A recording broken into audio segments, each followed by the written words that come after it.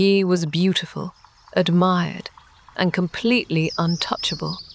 The same thing that made Narcissus so captivating also sealed his fate. How could someone so perfect become his own undoing? From heartbroken nymphs to a haunting transformation, his story is a quiet warning about the price of loving only yourself. Tonight, we'll gently unfold the timeless tale of a man so taken with his own reflection that he left sorrow wherever he went and became a shadow in his own legend. My name is Madison, and thank you for tuning in. If you feel like sharing, let me know in the comments if you've ever caught yourself staring a little too long at your own reflection. Now, get cozy, settle in, and let's begin. 2. The beauty that stopped hearts. It's hard to imagine the kind of beauty Narcissus possessed. Not the kind people compliment politely, or even the kind that turns heads on a crowded street. No, Narcissus's beauty belonged in another category altogether, the kind that stops time. The kind that makes everyone, from the ordinary shepherds to the radiant nymphs of the forest, stop and lose their breath. Imagine standing in the golden light of an early spring morning, dew still clinging to the grass when a single sunbeam hits a perfect crystal. That fleeting glimmer. That's what seeing Narcissus was like. His hair shimmered like threads of honey in sun, his skin smooth and luminous like river-polished marble. Even the gods, who crafted mortals in their image, might have paused to admire their own handiwork when they looked at him. But for all the awe he inspired, there was a distance to Narcissus, as if his perfection was encased in frost. Those who laid eyes on him couldn't help but want to be closer, but he carried an air of such detachment, such aloofness, that approaching him felt like trying to reach the peak of a mountain wrapped in ice. It wasn't just that he was physically flawless, though that was true. It was the way he moved, effortlessly elegant, like he belonged to the earth but wasn't rooted in it. And perhaps that was the problem. He was beautiful in a way that felt untouchable, like a star you can wish on but never reach. This didn't stop his admirers. They came in droves, growing in both number and variety. At first, they were the woodland creatures who quietly padded after him as he hunted, too enthralled to remember their fear of humans. Then came the mortals. Villagers who gawked at him from the edges of the roads, their words caught in their throats. There were stories of young women spinning daydreams into their looms, their work unraveling the moment they realized they would never hold his gaze for more than a fleeting second. Even nymphs, those spirited and mischievous daughters of nature, couldn't tease or trick him into indulging their harmless flirtations. It was as though everyone who encountered Narcissus felt the same pull, a desperate, aching need just to be noticed. And if you think that's where it stopped, if you think only mortals stumbled over themselves at the sight of him, you'd be wrong. Even the gods, with their immortal wisdom and supposedly superior self-control, strained for his attention. There were murmurs of divine beings descending from the heavens, wrapping themselves in disguises just to get one glimpse of this boy who walked like Artemis herself had blessed him and carried himself like Apollo's youngest protege. But Narcissus didn't reciprocate. He never did. And maybe this shouldn't come as a surprise. It's hard to imagine anything less captivating to someone like him than ordinary humanness in others. It's not that he found joy in cruelty. There was no malice in his indifference. But there was no warmth there either. It was as though the world and its admirers passed before him like shadows on a wall. A procession of insistent but fleeting shapes, none solid enough to hold his interest. This endless cycle of longing and heartbreak could have gone on forever, if not for prophecy. And like all good prophecies, it planted its seeds early. Tiresias, the blind seer infamous for his sharp but cryptic foresight, foretold Narcissus's fate long before he was old enough to meet the world's adoration. The boy's life could be long, Tiresias said, but only if he never came to know himself. What does that even mean, to know oneself? It sounds vague, almost philosophical, doesn't it? But for Narcissus, the prophecy wasn't about internal reflection. The danger lied somewhere else entirely. Tiresias may have known, perhaps even pitied, what was coming, though he didn't offer more than those hauntingly simple words. Like all great oracles, the details were left for time and circumstance to reveal. And here's where the irony starts to twist its way through our story. Because for Narcissus, his unparalleled beauty wasn't just a gift, it was a curse stitched into his very existence. He made hearts ache wherever he went, leaving behind a silent trail of admirers who were too frightened or too devastated to approach him. And in the rare moments when someone did muster the courage to confess their adoration, his cold rejection cut sharper than the sharpest blade. They didn't just love him. They longed for him in a way that gnawed at their sense of self, as if simply breathing in his presence wasn't enough. And Narcissus. He moved on, utterly untouched by it all. But perfection like his doesn't exist in isolation. Somewhere, there's always a balance. The universe doesn't leave scores unsettled for long. That prophecy, faint as it might have seemed in his youth, was the fulcrum on which his life would hinge. If Narcissus felt untouchable, unreachable, then surely those who dared to love him must have felt the opposite. Their vulnerability sat in perfect contrast to his aloof control. The poet's cry of unreturned love, tender hearts crushed into nothingness, wouldn't even begin to cover the hurt left behind. Still, not everyone was content to let Narcissus be the untouched star in the sky. Some dared to reach out anyway. They were drawn, not simply by his appearance, but by the faintest, fragile hope that perhaps, deep down, he might have been capable of feeling something in return. If nothing else, they believed their love could break through the walls he had unconsciously built.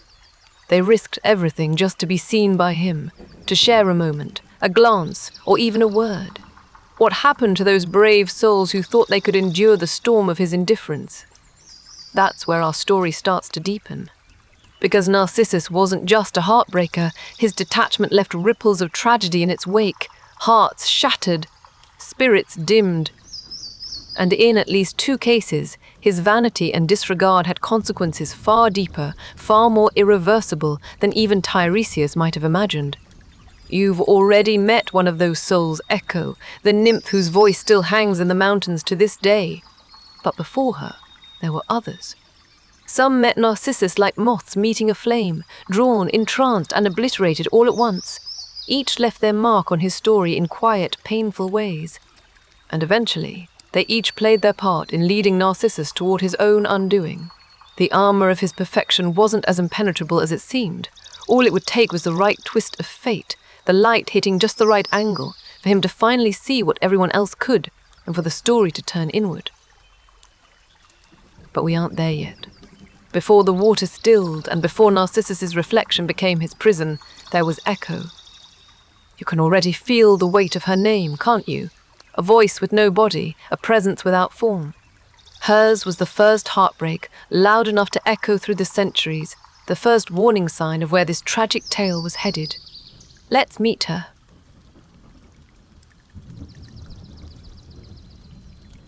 3.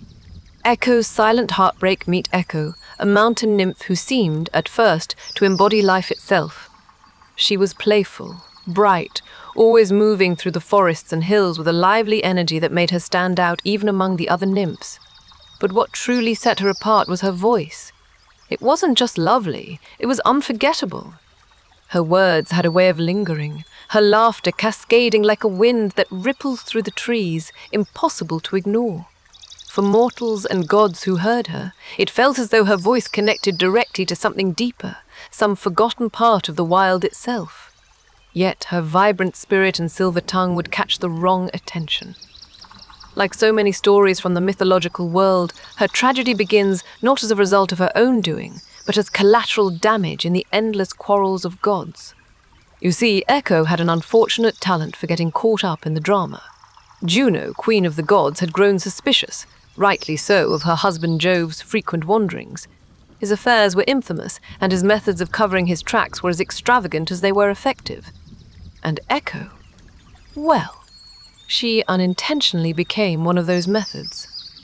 Her knack for conversation made her the perfect distraction. She could talk and talk for hours, weaving stories, asking clever questions, drawing all the attention to herself while Jove slipped away unseen. At first, Echo might have found it amusing, even flattering, to be part of such divine intrigue. But Juno? She didn't share the joke. When she discovered how Echo had been used to help shield Jove's transgressions, there was no explaining her way out. Juno's rage came swift and merciless. As punishment, she didn't strike Echo's body or banish her to some lonely corner of the earth. For a goddess like Juno, that would have been too easy. No. Juno went straight for the one thing that defined Echo, the very essence of who she was, her voice. With a single decree, Juno robbed her of her ability to speak freely. From that moment on, Echo could only repeat the last words spoken to her. Her lively, melodic voice became a hollow, fractured thing. Imagine what that must have felt like. To be surrounded by the beauty of the world, to have thoughts and emotions bubbling inside you, but to find them trapped, unable to form into words of your own. It wasn't just silence. It was isolation. Every attempt at connection came out warped. Every thought ricocheted back at her like a cruel mockery. In many ways, it stripped her of more than her voice. It stripped her of her identity. And so, like a shadow of her former self, Echo wandered. The forests she once enlivened with her words now served as her hiding place. She lingered in the caves and craggy mountainsides where her limited song, her echo, might at least seem natural. Still, her spirit wasn't completely crushed. There was a flicker of hope in her, a stubborn refusal to let her curse define her. But what happened next would extinguish even that faint light. One day, while moving silently among the trees, Echo saw him, Narcissus. The golden figure cutting his way through the forest, as though he belonged to the sunlit world and no one else. It's one thing to admire someone from a distance. It's another to feel a jolt of pure longing in your chest the moment you see them. Narcissus moved with intensity, his hunting spear gripped in his hand, his eyes focused yet distant. Echo didn't know him, but she felt like she did. The way he held himself seemed to reflect a part of her. That same untouchable loneliness, the same barriers separating him from the rest of the world. Except, of course, Narcissus's barriers weren't imposed by the gods. They were his own. And yet, despite knowing better, Echo couldn't stop herself. She followed at a distance, quiet as a shadow. Her yearning wasn't the fleeting infatuation of others who had seen Narcissus and fallen under his spell. This felt different. She didn't just admire him, she wanted to be seen by him, to be acknowledged, to matter. Her curse, however, made that almost impossible. How do you express love when all you can do is mirror someone else's words back to them? How do you form a connection when your voice isn't even your own? For a while, she watched, too fearful to come near. She imagined conversations they'd never have, places they might go, and moments she'd never experience. Then came her resolve. One quiet moment, as Narcissus rested near the base of a tree, gazing out into the open air, she stepped forward. She worked up every ounce of courage she had, knowing this was her one chance to change everything. Her feet barely made a sound on the leaves as she approached. When he heard her movement and turned, startled, the words that tumbled from him were simple. "Who's there? Who's there?" came her voice in reply. But it wasn't exactly her voice anymore. It carried none of the warmth or intention she felt. It was flat, emotionless. Narcissus frowned, glancing around. "Come out! Come out!" she echoed back. Frustration flickered across his face. He rose to his feet, scanning the trees. Finally, Echo, trembling with both fear and adoration, stepped into the light. This was it. Her one shot to show him that she was here, that her love was genuine, that despite her curse, she was more than just a copy of his words. But Narcissus didn't see what she hoped he would. Instead of wonder or curiosity, his face twisted with something harsher. Rejection. His expression said it all before his words even came. And when they did, they landed with a force she hadn't prepared for. "I would rather die," he said, his voice cold as the earth beneath them, "than let you have me." "I would rather die," her voice echoed weakly, collapsing under the weight of his refusal. She stood there as he turned and walked away, leaving her rooted to the spot, the gravity of his words pressing harder with every step he took. In that moment, something inside her broke. The sturdy resolve she'd carried all this time, the glimmer of hope she had clung to, faded. She wasted away, her body consuming itself first in sorrow, then in silence. Day by day, she grew thinner, smaller, as though her very existence was unraveling thread by thread. And when her body was gone, there was still something left. A ghost of her former self, an eternal echo. Her voice lingered in the earth, repeating the words of others, empty but ever present, flowing in mountain winds and bouncing through cavern walls. Narcissus didn't look back. For him, the encounter with Echo was just another interaction, insignificant compared to the image he held of himself. For her, it was everything. Even now, when you hear a voice repeating after you in a canyon or across a valley, think of her. She is still there, a reminder of the cost of her love and the cruelty of his indifference. Yet Echo's fate wasn't an isolated tragedy. Her heartbreak was one piece of a larger pattern. Narcissus's rejection didn't just destroy Echo, it left others reeling too, in ways their hearts and minds couldn't quite handle. One admirer in particular proved that heartbreak doesn't always fade quietly into the background. For some, it escalates into something much darker, much more irreversible. And his name was Amenias. For the broken heart of Amenias. Amenias wasn't like Narcissus. There was no divine glow about him, no radiance that stopped the world in its tracks. But what he lacked in dazzling beauty, he more than made up for in purity of heart. He was one of those rare people who loved wholeheartedly, without rules or conditions. So, when he happened upon Narcissus, dazzling and untouchable, can you blame him for being swept away? Few could endure so much as a passing glance from Narcissus without feeling drawn to him as if he were the center of gravity. For Amenias, it was instant, total. Yet while others might have admired Narcissus from a safe distance, pining silently, Amenias chose to act on his feelings. You'd think that kind of courage would count for something, right? A bold heart reaching out in honest admiration. But Narcissus saw Amenias the same way he saw everyone else, with detachment, amusement, and, eventually, boredom. The first time Amenias approached him, it was innocent enough. A nervous smile, a soft but hopeful confession that his feelings had taken root. Narcissus didn't respond with malice, not at first. He brushed it off with the poised indifference that had always shielded him from commitment, letting the moment dissolve like morning mist. Maybe he thought Amenias's feelings would fade on their own, but they didn't. If anything, that gentle dismissal emboldened him. Amenias clung to the belief that behind Narcissus's aloof exterior there was something deeper, something worth fighting for. He kept returning, finding Narcissus in the quiet places where he wandered, trying to tear down his walls with genuine affection. He brought small tokens of his love, a wreath of wildflowers, a carved trinket he'd made by hand. Narcissus didn't accept any of it. He would glance at these gifts, then back at Amenias, and brush past him without a word.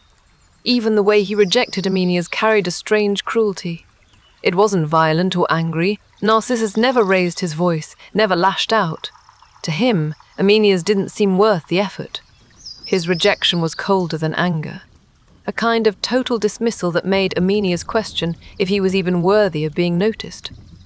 This wasn't the ancient Greek version of, "It's not you, it's me." Narcissus's indifference sent a different message. It's definitely you, and you're wasting my time.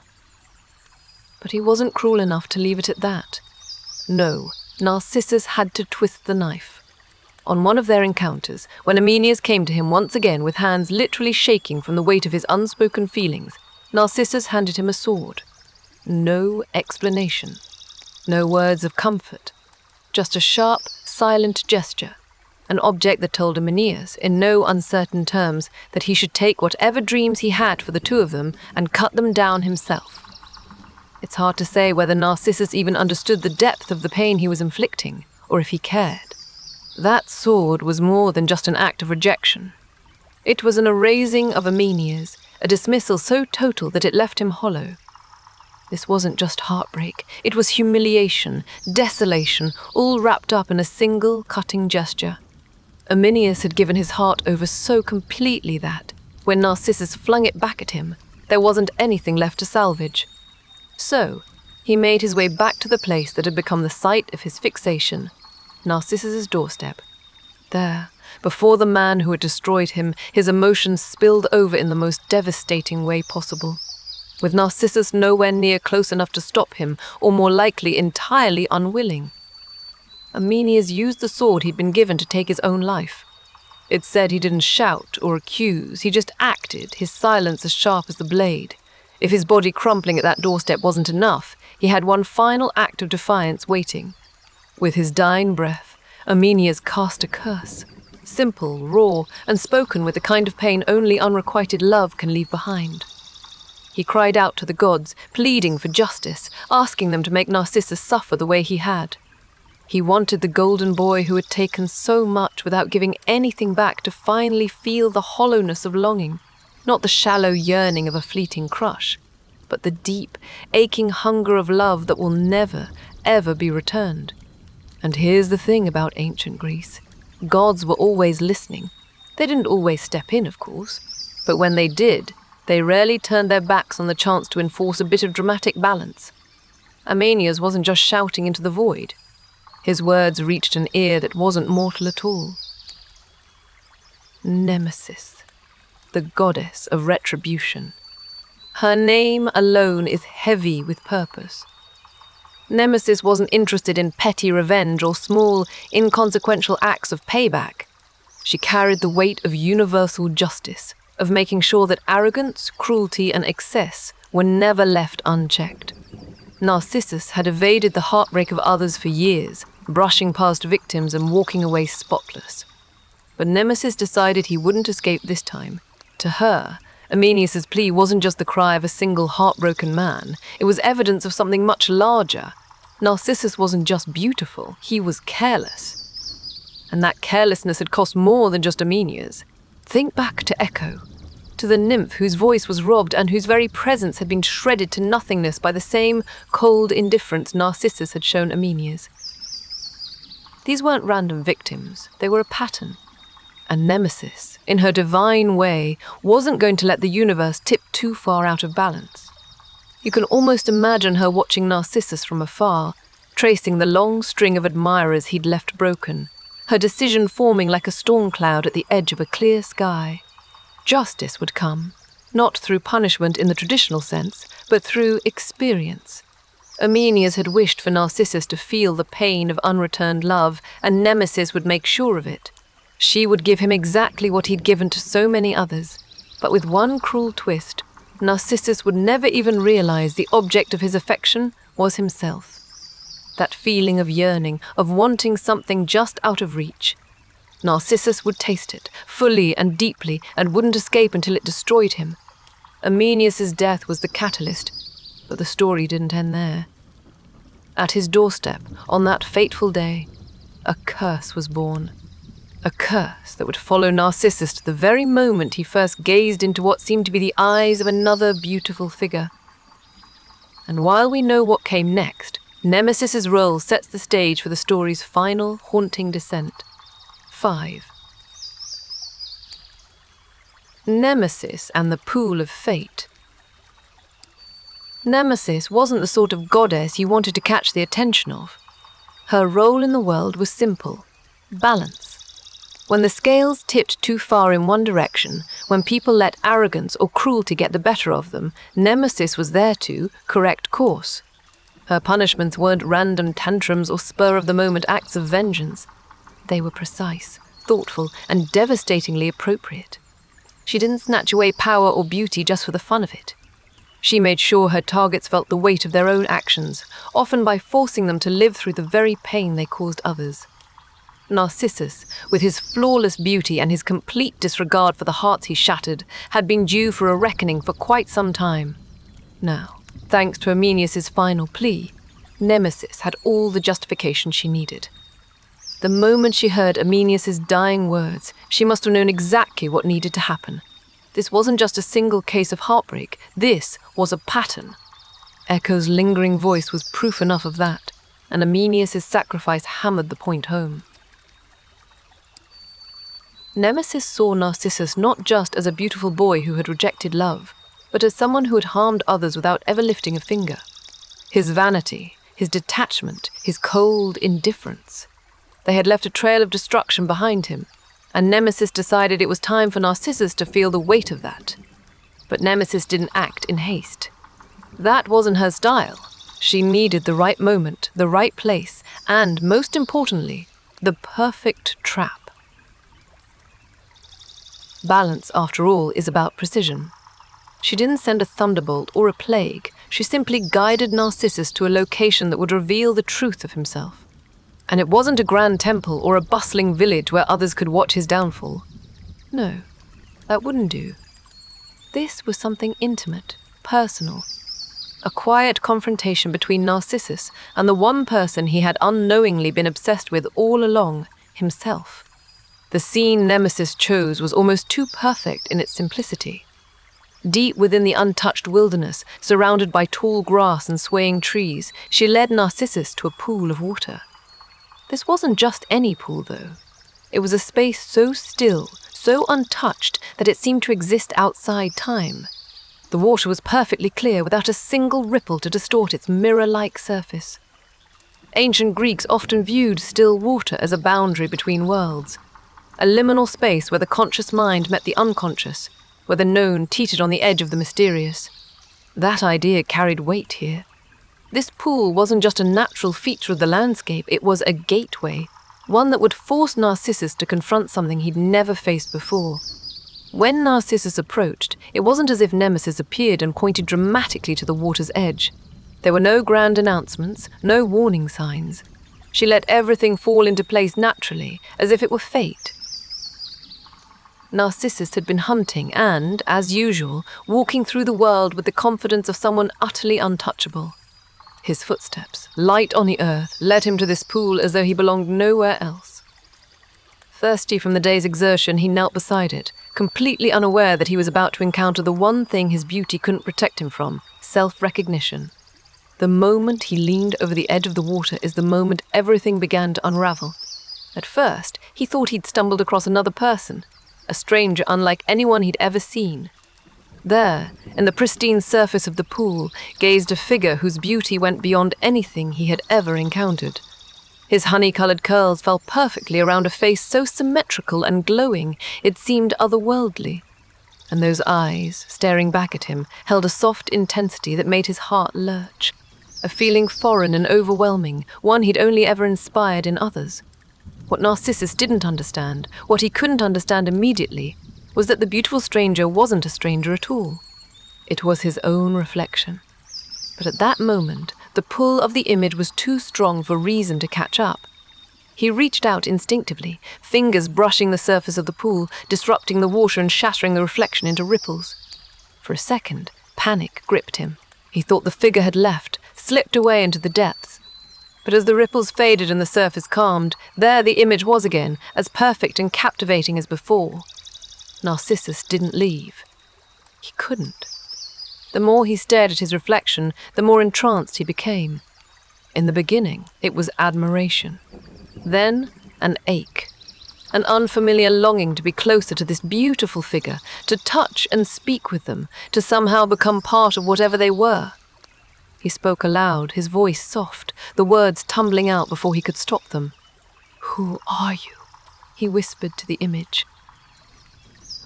The reflection, of course, asked the same, though his words came back to him only as silent mimicry. His own desperation echoed back at him. What made this moment so unbearable wasn't just the irony of the situation, though that too was potent.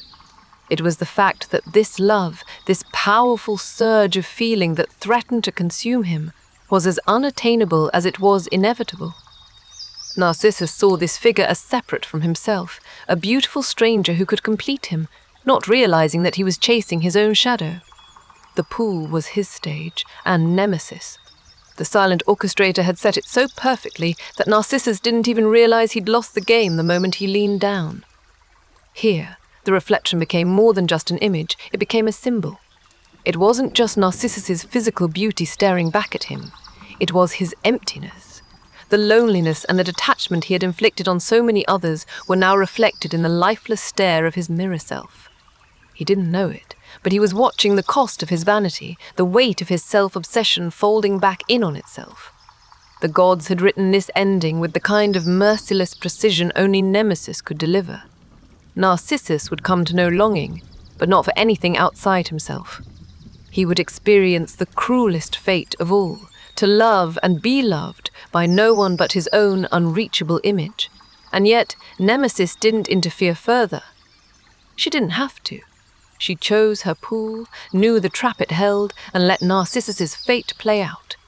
Each moment he spent at the water's edge deepened his obsession, made him more desperate for something he would never be able to grasp. The beautiful figure in the water would always vanish whenever he reached for it, and yet he couldn't make himself stop. All the while, the quiet forest bore witness, unmoving, unfeeling, watching Narcissus unravel before the impartial stillness of the pool. As the hours turned to days, the weight of realization must have begun to settle in. Narcissus was clever after all. Somewhere in his mind, the truth must have broken through. It's just a reflection. But understanding didn't bring relief. It brought despair. Knowing that the image was his own didn't erase the longing or the ache it caused him.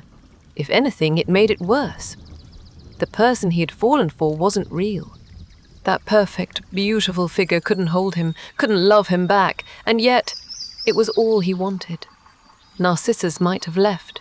He might have shaken himself free and walked away from the stillness of that cursed pool. But he didn't. Because there, in that perfect mirror of water, he saw not just his reflection, but the entire cruel paradox of his own existence. He had spent his life rejecting the love of others, untouched by yearning or desire. And now, for the first time, he felt it all, the intensity, the frustration, the heartbreak that comes with longing for something you cannot have. Only now, it wasn't someone else's suffering. It was his. This was the consequence Nemesis had crafted, not just to make Narcissus fall in love with his reflection, but to ensure that this love consumed him in the same way he had consumed the hearts of so many others. The punishment wasn't quick or dramatic, it was slow, insidious, stretching endlessly as Narcissus sat alone by that fateful pool. And though he didn't realize it yet, his story was approaching its inevitable, tragic end. The man who once seemed to hold the world in the palm of his hand was about to vanish, leaving only a legacy of beauty, sorrow, and the deeply haunting truth he found in his own reflection. 6. The moment of realization, Narcissus knelt down by the pool, the soft earth cool beneath his knees, a break from the heat of the hunt. His spear lay forgotten in the grass beside him as he leaned closer to the water to drink. At first, his mind registered only the completeness of the stillness. The pool was untouched, not a single ripple, as if it had never known the chaos of the world. It was clear enough to be mistaken for a polished silver mirror. And there, staring back at him from its depths, was someone breathtaking. The moment hit him like a blow. He stopped, frozen, hovering inches above the surface, caught entirely by the perfection of what he saw. The stranger in the pool was unlike anyone he had ever encountered. It wasn't just beauty, it was radiance. His hair, golden and soft, curled perfectly, framing sharp, symmetrical features that seemed hewn from marble. Eyes with a subtle, piercing glow stared back at him, their depths suggesting a kind of knowing warmth Narcissus had never seen in the gaze of another. Every detail of this figure seemed otherworldly, impossible, as though the gods themselves had left a trace of their divinity behind in this silent person. Narcissus didn't know what to think. For a moment it felt as though he couldn't even breathe. He had spent his life surrounded by admirers, mortals, nymphs, even gods who could scarcely look away from him. But this was different. The person in the water wasn't looking at him with longing or expectation. They weren't fawning, weren't demanding anything from him. They simply were. Perfect, silent, constant. And for the first time, Narcissus felt a pull that he couldn't explain. This didn't feel like arrogance, didn't feel like looking in a polished shield to admire himself before a hunt. It felt new, raw, as though he'd stumbled upon something he didn't quite understand and wasn't sure he deserved. He spoke, unsure why. The sound of his own voice felt rough in the quiet grove. "Who are you?" he asked softly, the words meant for the figure in the water, yet echoing faintly back at him from the trees. They were met with no answer, only the reflection gazing up at him with a bemused tenderness, as though this silent stranger knew something he didn't. It drew him in further, this mystery. He leaned closer, his shadow darkening the reflection, and reached out a hand as if to touch them gently on the cheek. His fingers dipped into the water, sending out ripples that blurred and broke the image in an instant. Startled, he pulled his hand back quickly, as though afraid that he had ruined something fragile and beautiful. But after a few breaths, the ripples smoothed, and there they were again, unchanged, patient, waiting. It started slowly at first, a desire to be closer to this figure, to see if they were truly real. Narcissus shifted, adjusting his body to study this reflection better, crouching low so that his face hovered only inches from the surface. He reached out again, this time less abruptly, his fingertips grazing the water with the faintest ripple, trying to trace the curve of the face staring back at him. But every attempt to touch only destroyed the momentary perfection. Every ripple felt like a rebuke, as though the image was daring him to be gentler, though no amount of care could ever let him bridge the gap between water and flesh. He laughed nervously, the sound hollow and sharp in the quiet clearing. "Why do you tease me?" he whispered, his voice catching. "Why won't you speak?" The reflection, of course, offered no reply. It only gazed back at him, the same knowing softness in its eyes. That softness. It was what drove him most. Mad. The idea that those eyes might hold kindness or affection, something he had seen so many others show him but had never truly reciprocated.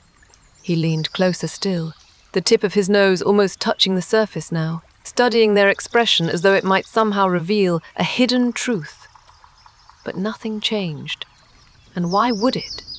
How could it? The realization crept up on him gradually, like a shadow growing long in the afternoon sun. He began to notice how, when he moved, the figure moved too. How every tilt of his head, every hesitant smile, was matched with the same precision as a mirror. Confused at first, he tried testing it, lifting his hand and watching as the figure's hand rose to meet his. He waved slowly, and his perfect companion waved back. The symmetry was too exact, too deliberate. And then it hit him. So obvious, so painfully simple. He wasn't looking at anyone else. The beautiful figure wasn't someone waiting for him across the surface of the water. It was him. The truth settled into him like a weight he couldn't shake. He stayed frozen there, hovering above the pool, staring at his reflection with wide eyes, unable to tear himself away. This was it, the end of the mystery, the moment that laid everything bare. He had fallen in love, but not with someone separate, someone who could possibly love him back. He had fallen for himself, or rather, for the image of himself. And that, he realized all at once, might be the cruelest thing of all. What could he do with this love? If it had been someone real, he could have reached out, pressed his hand to theirs, and felt their warmth. He might have spoken words soft and low, coaxing a smile, earning trust. There could have been shared moments, conversations, and laughter under the sun. But this was nothing but emptiness. A reflection in the water was as real as a dream or a passing shadow. He couldn't hold it. He couldn't feel its breath mingling with his. He couldn't even hear its voice. The love he felt now, that aching, overwhelming longing that burned in his chest, was impossible to satisfy. He stayed at the pool long past the point where reason told him to leave. Even after the truth had fully dawned on him, he couldn't tear himself away. He knew it was futile, knew that every moment spent gazing at his reflection was another moment of his life wasted. But what was the alternative? Leaving the pool, walking away from the first and only time in his life that something, not someone, but something, had made him feel this way? No, he couldn't. He wouldn't. The reflection called to him, not in words, but in its unbearable presence, in the glint of sunlight catching his hair, the pool mirroring his beauty perfectly. And so he remained. As day turned to evening and the forest grew darker around him, Narcissus never moved. He didn't notice the chill creeping into the air, didn't hear the soft sounds of the woods at dusk. His world had narrowed to this one small pool, to his longing and his reflection and the impossibility of it all. The pain that his indifference had once inflicted on others now found its way to him, consuming him entirely. For all the years that Narcissus had been oblivious to the hearts he'd broken, he now felt every ounce of that hurt turned inward, suffusing him with a misery he couldn't escape. By the time the moon rose, leaving its pale light shimmering in the pool beside him, Narcissus had hardly blinked. He was caught completely, as much a prisoner of his reflection as those who had once gazed at him were prisoners of their love. This was the trap that Nemesis had laid so perfectly, a punishment carried out so precisely that no further interference was necessary. Narcissus wasn't bound by chains or kept within walls, but he might as well have been. His longing for something he could never truly possess had chained him to the stillness while the world carried on without him. But this, as you've guessed, was not the final stop for Narcissus. His time by the pool would stretch longer still, days, perhaps weeks, until the seemingly inevitable conclusion of his longing played out fully. By the time the forest around him began to stir with the quiet rhythms of another sunrise, the toll that his obsession had taken on him was already apparent. And though the pool remained still, serene, and quiet as ever, nothing about the figure sitting beside it was. Narcissus, the untouchable, the beautiful, was about to unravel completely. 7. A slow, tragic decline for Narcissus. Walking away wasn't an option. Not because he couldn't physically stand up and leave, but because he was trapped in his own mind, torn between fascination and despair. He knew the truth. He wasn't staring at someone else, wasn't forming some mystical connection with another perfect being. But that realization didn't free him. It did the opposite. Who he saw in the water, who he longed for so deeply, was still the most beautiful figure he had ever encountered. The reflection held a kind of power over him that he couldn't explain. It felt like a piece of himself he didn't understand, a piece of himself he couldn't live without. That never-ending stare became his world. The rest of the forest might as well not have existed. The birds sang, leaves whispered in the breeze, even the occasional rustle of some passing animal broke the stillness. But Narcissus didn't notice. He was rooted by one thing, and one thing only, the image beneath the water. His emotions were tangled in a way he had never experienced. There was admiration, yes, but also frustration. Despair lingered just beneath that, clawing at him in quiet moments when he tried once more to touch and, inevitably, failed. And then came obsession. It wasn't just about loving his reflection, it was about needing it. As each day passed, the boundary between Narcissus's identity and the figure in the water blurred. His thoughts spiraled endlessly, stuck in questions with no answers. Was the reflection truly him? Or was there something alive in the pool, something waiting just beneath its surface, teasing him? There was a flicker of hope in that thought, a hope he nearly convinced himself was real. Maybe, if he just stayed a little longer, the stranger would rise from the water. Maybe they would smile, speak, and reach back toward him. Or maybe, though he wouldn't admit it aloud, he didn't want the figure to break free. Maybe the perfection of the reflection, the perfect distance of it, was what kept him enthralled. Either way, the longer he stared, the deeper the wound grew. It didn't take long for Narcissus to fade, though. Obsession like his takes its toll. Slowly at first, then all at once. He neglected everything his body needed, too captivated to step away, too engrossed to notice the ache in his muscles or the growing weakness in his limbs. Hunger gnawed at him, but no more than the longing in his heart. The sun rose and fell, the moon casting its pale light over him, but Narcissus didn't move. His body wasted, as if it, too, was reflecting the decay of his spirit. He grew thinner, his once radiant skin dulling under the weight of his obsession. His curls, so often compared to golden waves, began to hang lifelessly around his hollow face. Somewhere in the back of his mind he must have known he was breaking, but that awareness couldn't compete with the pull of the figure before him. The natural world, as always, carried on. The trees didn't rustle any less, and the grass didn't cease its slow sway in the breeze just because one figure among them was falling apart. Nature, after all, isn't cruel. It's indifferent. Narcissus, for all his beauty, had always existed apart from others, and now he was discovering just how utterly alone he had become. The stillness of the pool mirrored not only his face, but the quiet, creeping isolation surrounding him. The more he faded, the clearer it became that no one would come looking for him. No nymphs would emerge from the trees to call out his name. No admirers would stumble upon him and pull him back from the brink. He had spent his life keeping the world at arm's length, and now he was bearing the ultimate consequence of that distance. Each wasted day led into another. He grew weaker, his breath slower, but the image never left his sight. The fire of longing inside him, though, only seemed to grow brighter even as his body faltered. It consumed him, burned through what little strength he had, until he was held together by that feeling and that feeling alone. And this is where the myth takes on a particularly cruel layer, as ancient stories often do. Narcissus wasn't consumed only by beauty. He was consumed, in part, by the weight of his own realization. Imagine it, knowing fully and completely that what he loved most in the world could never love him back, melted away from the fire of passion burning inside him. That's how the ancient writers described it. He didn't simply waste away, he was undone from the inside out, devoured by a desire so impossible it might as well have been a curse. The forest, in its quiet way, bore witness to all of it. There was no dramatic audience for Narcissus's final days. The moments passed in some eternal rhythm that neither nature nor time felt the need to disrupt. And then, one day, he didn't rise at all. The figure staring back at him in the pool looked the same as always, the same flawless beauty, the same unbearable perfection. But Narcissus's body, still and finally silent, reflected nothing of that. The radiance had gone, replaced by the unmoving shadow of a boy whose beauty and vanity had been his undoing. Here's where the myth leaves us with ambiguity, though. Did Narcissus die willingly? Was his final breath punctuated by regret? Or did he go quietly, succumbing to the fire of his longing?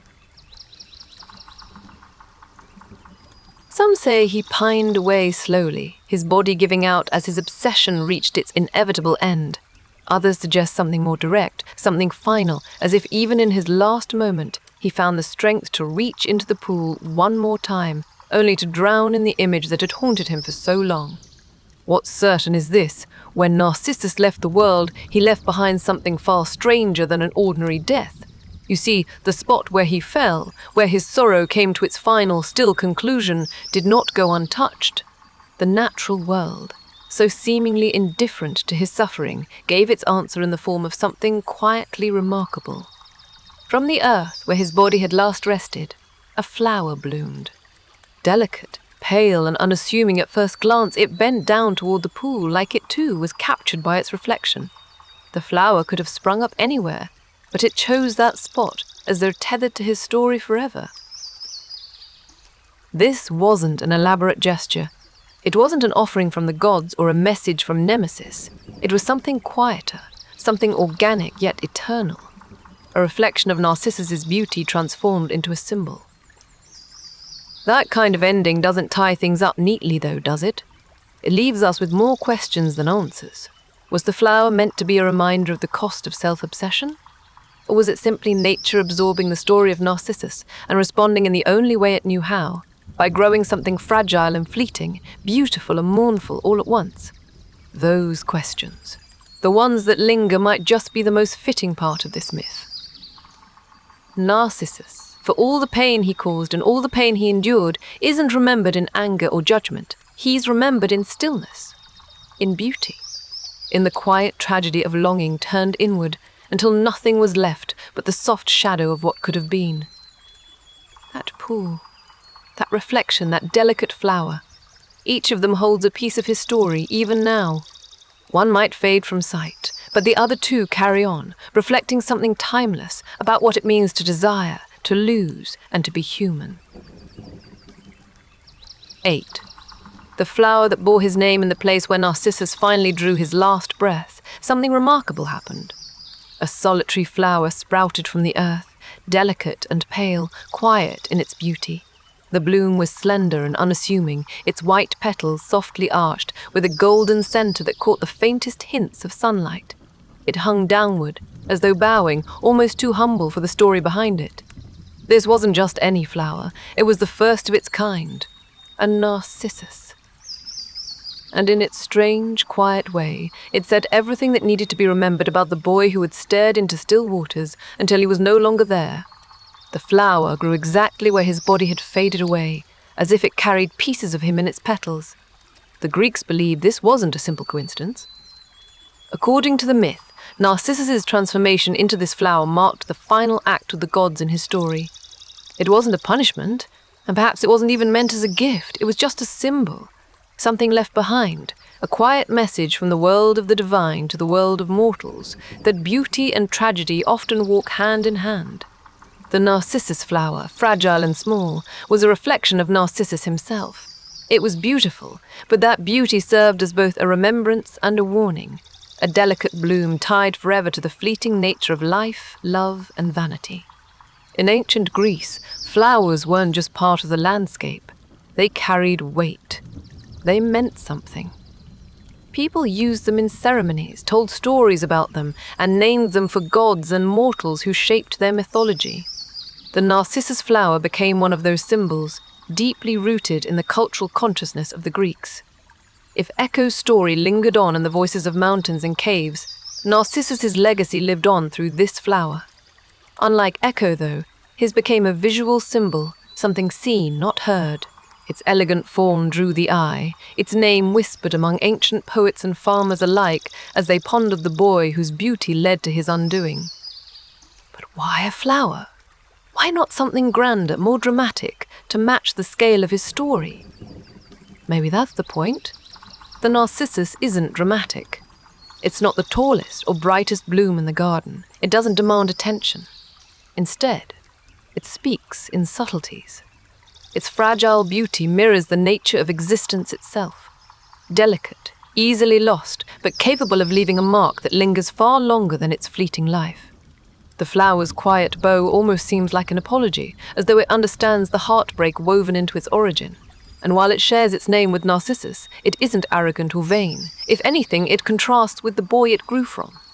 It's a reminder of what happens when beauty lacks humility, when self-obsession leaves no room for connection. The Narcissus flower wasn't just another plant in ancient Greece. It became steeped in symbolism, tied closely to mourning and remembrance.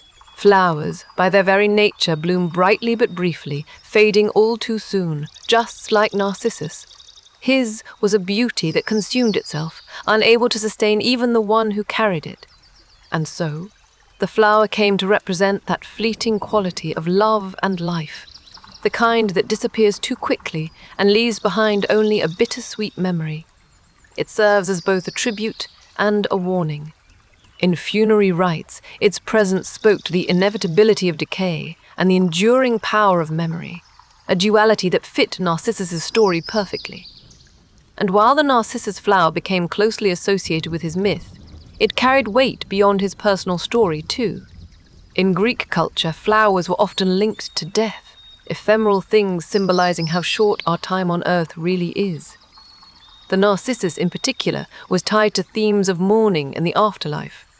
It was commonly planted near graves or included in rituals to honor the dead, its delicate petals a soft echo of those who had passed. If you think about it, this feels strangely appropriate. Narcissus's story is one of unfulfilled longing and loss, but it also lingers, like a shadow or a whisper through time. The flower embodies that perfectly. Even Ovid, in his Metamorphoses, captures the haunting beauty of this transformation. He writes that the flower sprang from the very ground where Narcissus once lay, its connection to him so intimate that the two seem inseparable. In some versions of the myth, this transformation is tied even more directly to his death. Stories tell of the flower sprouting from drops of his blood, tying its very existence to the ultimate consequence of his tragic self-obsession. Whether it came from his body or simply appeared after his death, the Narcissus flower binds itself to his story, carrying his name forever. Over time, this story outgrew Greece. The myth of Narcissus traveled, weaving itself into new cultures and interpretations. And with it, the Narcissus flower took on new layers of meaning.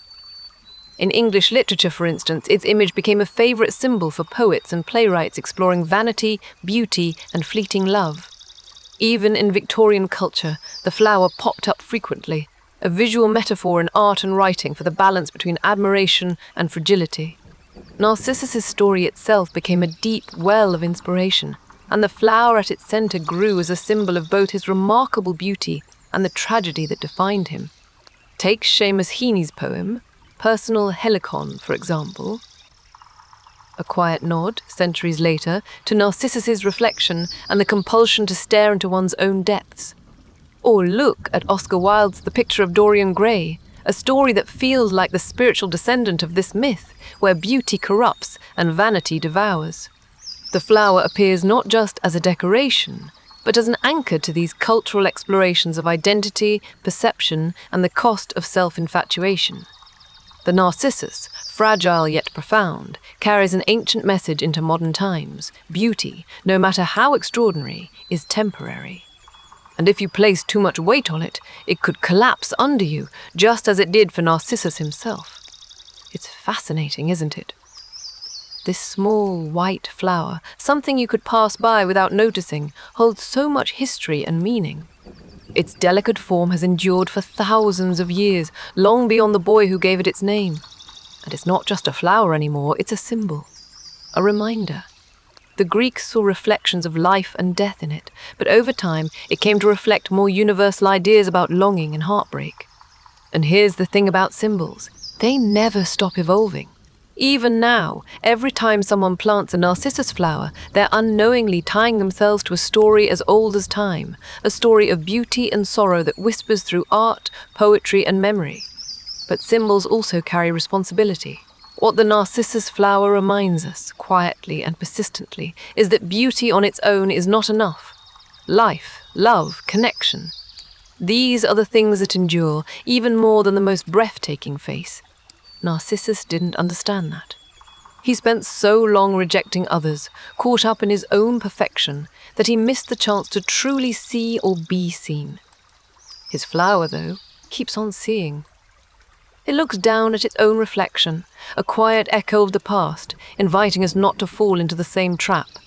So, the next time you see a narcissus blooming, think of the boy who spent his last days staring into still water. And think of what his story warns us about.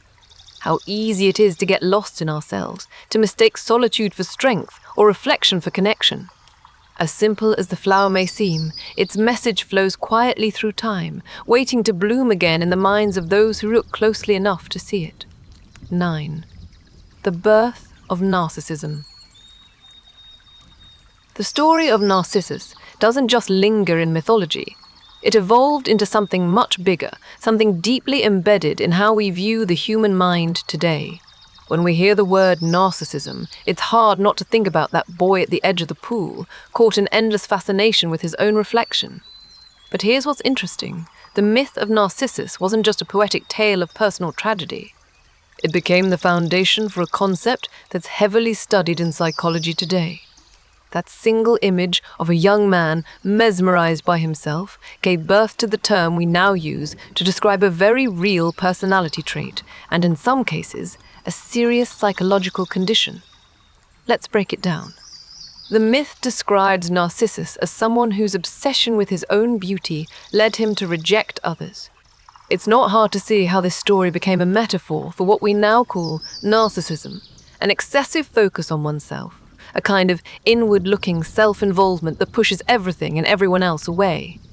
But when people first started using this term, it wasn't psychological, not yet.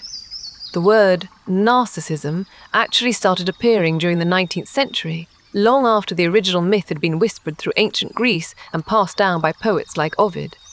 At first, it was mostly a way to describe vanity or self-admiration in a broad sense, like a person who was just really full of themselves.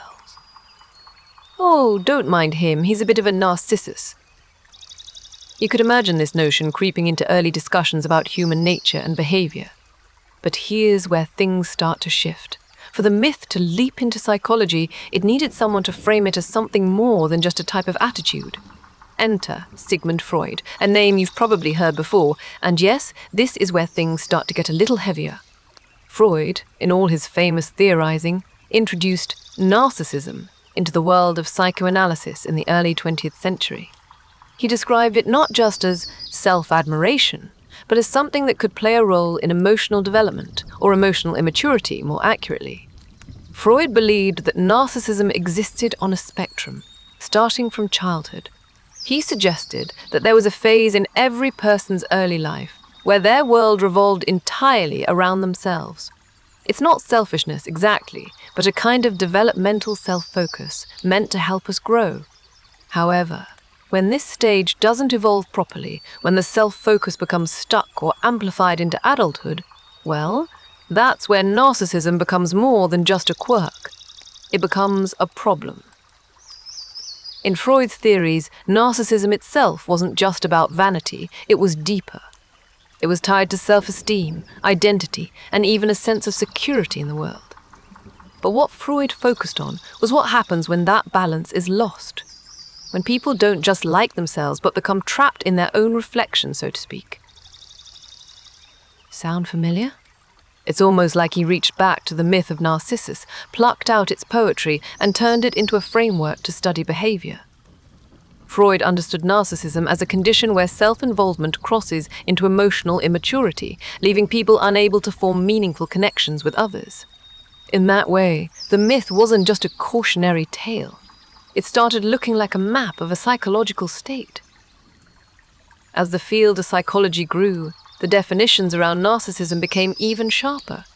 Freud laid the groundwork, yes, but later psychologists would take the term and expand it into new territories. By the mid-20th century, it had become a recognized piece of the broader conversation about personality and mental health.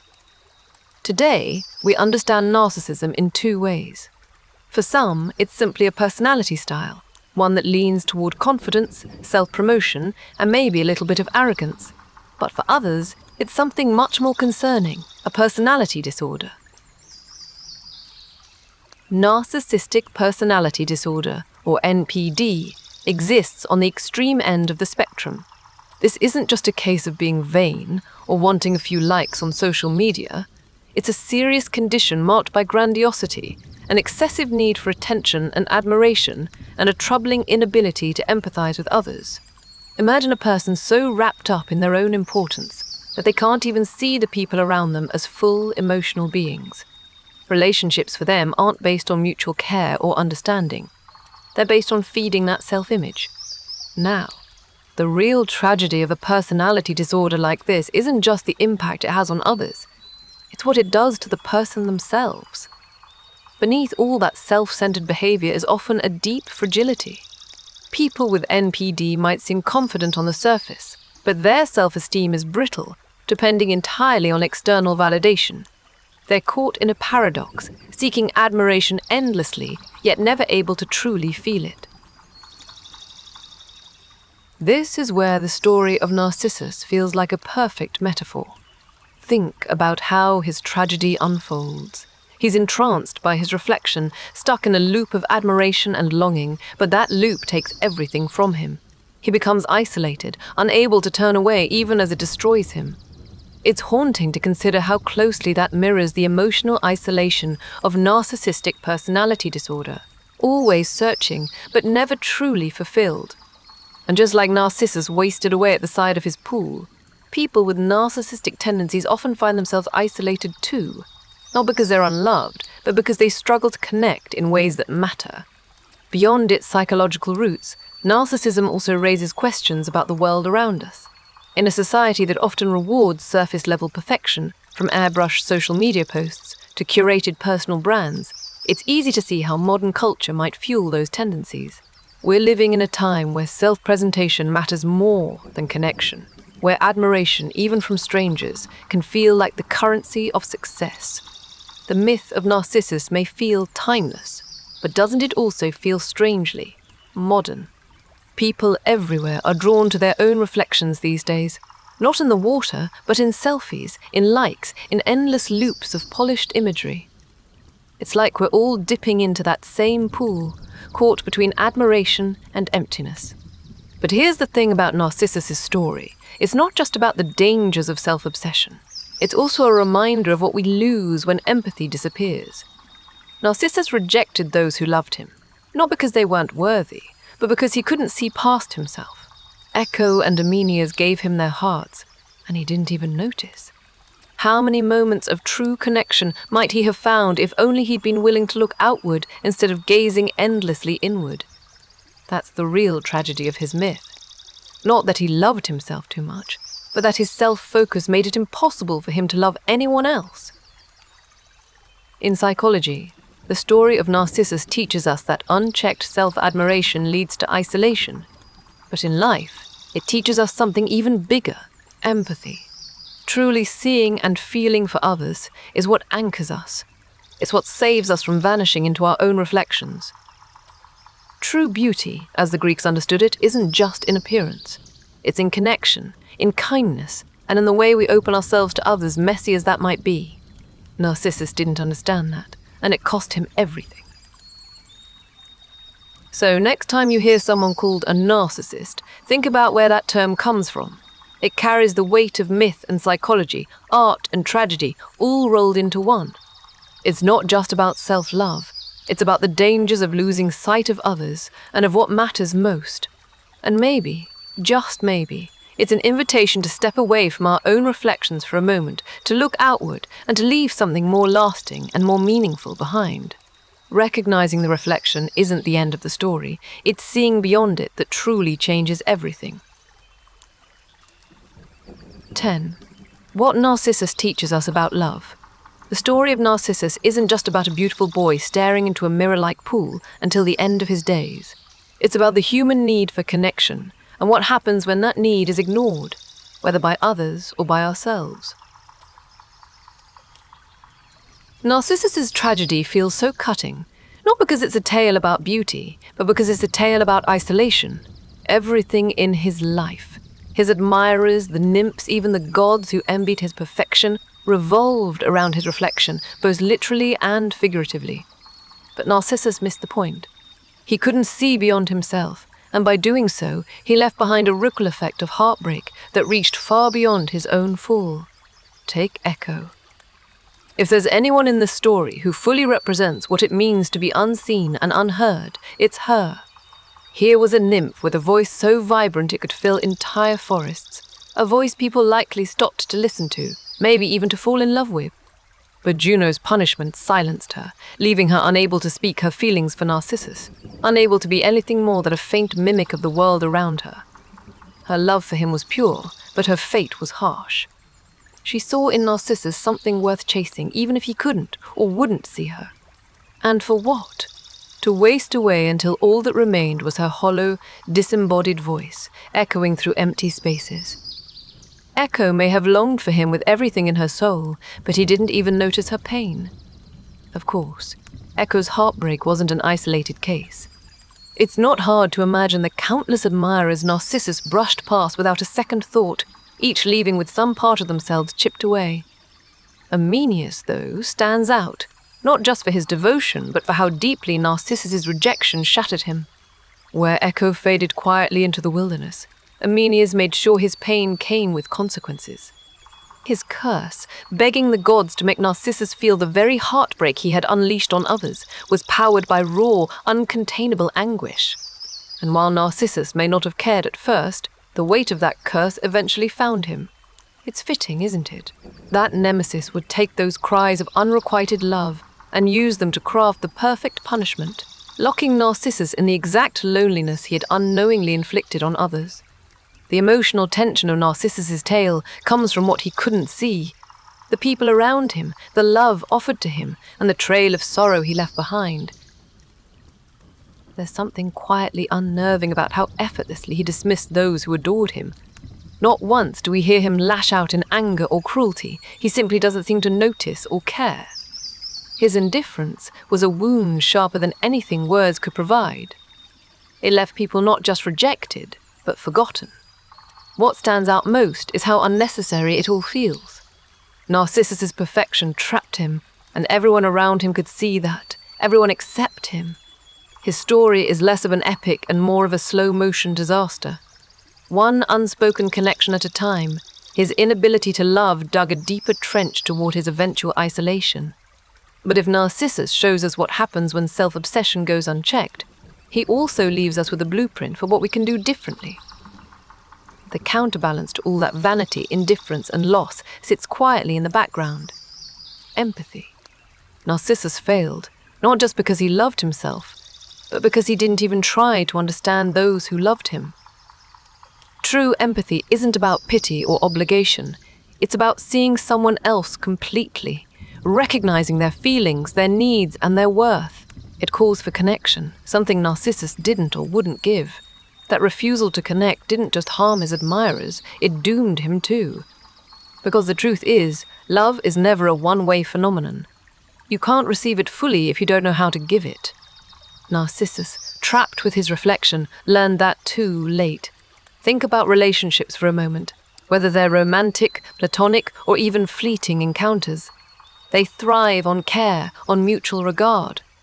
Even the smallest gestures, listening, noticing, reaching out, knit together the bonds that keep us grounded in the world. Contrast that with Narcissus, who saw love only as a distant, abstract force directed at him. He was separate from the people who adored him, and that separation grew greater every time he turned away. Meanwhile, empathy narrows the gap.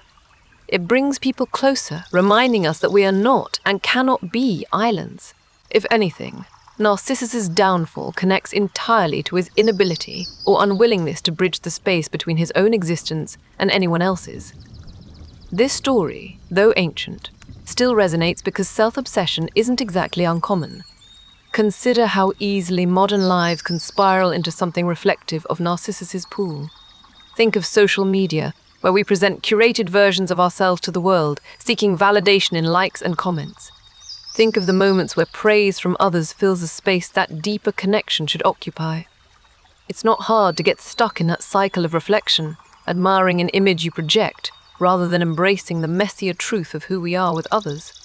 The myth isn't just about Narcissus, it's about us, and how we balance the desire to be seen with the risk of losing ourselves in that desire. But here's the thing. The myth doesn't just warn us against vanity. It reminds us of what's possible when empathy takes its place. Imagine how differently things might have gone if Narcissus had simply turned his gaze outward. What if he had seen Echo not as an interruption but as someone who matched him in beauty and spirit? What if he had looked at Amenias and recognized the sincerity of his heart? The ache of this story lies in the wasted opportunities, moments where connection could have bloomed but never did. And the takeaway is in how easily those opportunities can be lost if we're too consumed by the image in the mirror. This isn't to say self-love doesn't matter. It's important. But the love that sustains us, the one that carries us through hardship and fills our quietest moments with warmth, comes from others and from giving to them in return. Narcissus reminds us that love without connection is hollow.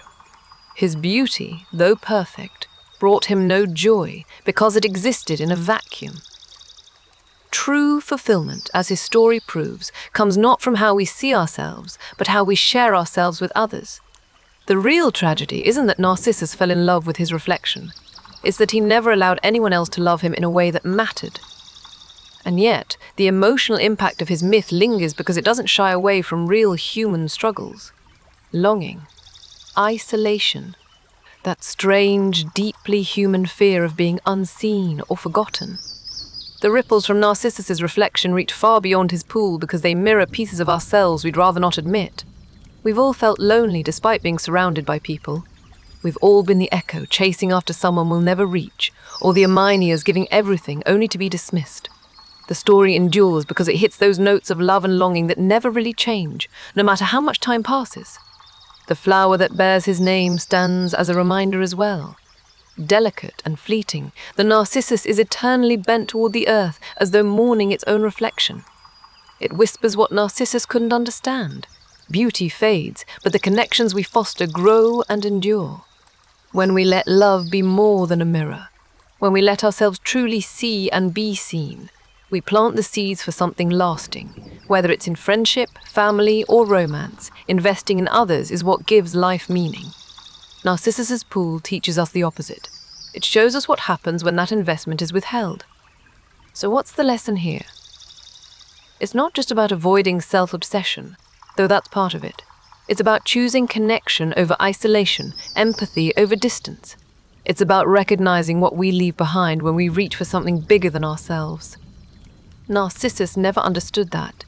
Real beauty, real worth is found in our relationships, in the way we touch others' lives and let them touch ours in return. His story remains a mirror, not of vanity, but of what we risk losing when we look at ourselves too long and forget to look around. Narcissus's tale reminds us that seeing only ourselves leaves everyone needing to be seen. The silence Echo was left with, and the sorrow that followed Amelia's, show just how deeply our attention, or lack of it, can shape the world around us. If you have a quiet moment when you felt truly connected to someone, share it in the comments. How do you notice the people in your life? These myths hold many whispers. Perhaps you'll revisit one again tonight, finding something new in the quiet. Thank you for listening. Rest well, and may your reflections bring connection, not distance.